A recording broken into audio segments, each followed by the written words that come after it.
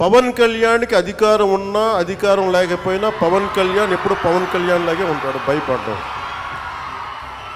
చాలా ఇంట్లోంచి బయటకు వచ్చేటప్పుడు తిరిగి వెళ్తాం లేదు అని డిసైడ్ అయ్యే వస్తాం.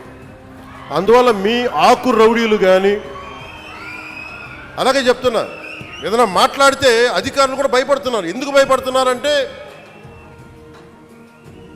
చెవుల్లో చెప్తారు, అదే సార్ వాళ్ళ వెనక చాలామంది రౌడీలు ఉంటారండి, కిరాయి హంతకులు ఉంటారంటే, మీకు కరెక్ట్గా యోగి ఆదిత్యనాథ్ లాంటి ట్రీట్మెంట్ కనుక ఒక్కొక్కడికి ఇస్తే,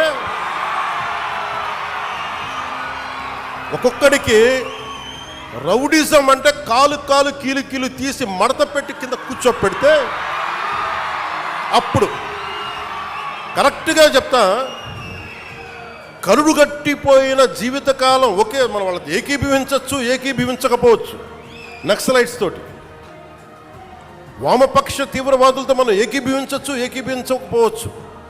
అలాంటి బలమైన ఆర్గనైజేషన్నే కకావికలమైపోయిన పరిస్థితుల్లో ఉంటే ప్రభుత్వం తలుచుకుంటే, అలాంటిది ఇన్ని లక్షల మంది పోలీసు ఉండి, ఇన్ని వందల మంది ఐపీఎస్లు ఉండి, 1000-2000 ఉన్న డిఎస్పీలు ఉండి, అలాంటి కిరాయి గ్యాంగుల్ని మెయింటైన్ చేసే వ్యక్తుల మీద 2 రోజులు 48 గంటలు మీ చుట్టుపక్కల ఎవరున్నారు, వాడి పేరేంటి అన్ని కనుక్కొని ఒక పొలిటికల్ నిర్ణయం తీసుకుంటే ఇక మళ్ళీ ఎప్పుడు ఇలాంటి మాటలు రారు. మీరు అక్కడి దాకా తీసుకెళ్ళకండి.